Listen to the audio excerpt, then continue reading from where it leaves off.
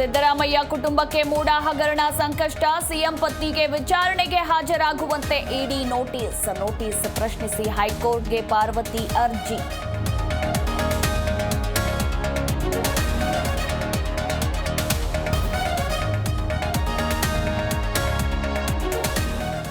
ನಾನು ಕೇವಲ ಸಿದ್ದರಾಮಯ್ಯ ವಿರುದ್ಧ ಹೋರಾಡ್ತಿಲ್ಲ, ಸಿಎಂ ಸೇರಿ ಹಲವರು ಜೈಲು ಸೇರೋದು ಪಕ್ಕಾ.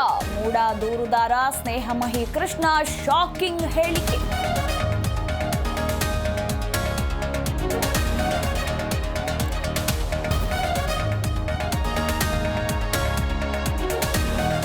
ಖಾಸಗಿ ಫೈನಾನ್ಸ್ ಕಾಟ ಮತ್ತೊಂದು ಜೀವ ಬಲಿ. ತುಂಗಭದ್ರಾ ನದಿಗೆ ಹಾರಿ ಶಾಲಾ ಶಿಕ್ಷಕಿ ಸೂಸೈಡ್. ದಾವಣಗೆರೆಯಲ್ಲಿ ಘಟನೆ, ಮೃತದೇಹಕ್ಕಾಗಿ ಹುಡುಕಾಟ.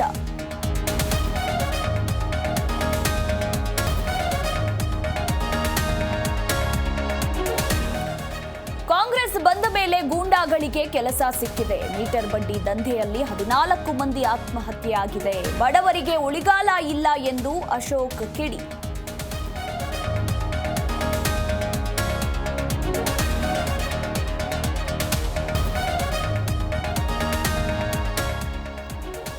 ನಿಯಂತ್ರಣ ತಪ್ಪಿ ಲೈಟ್ ಕಂಬಕ್ಕೆ ಡಿಕ್ಕಿ ಹೊಡೆದ ಕಾರು. ದೇವರ ದಯೆಯಿಂದ ಉಳಿಯಿತು ಪುಟ್ಟ ಕಂದನ ಪ್ರಾಣ.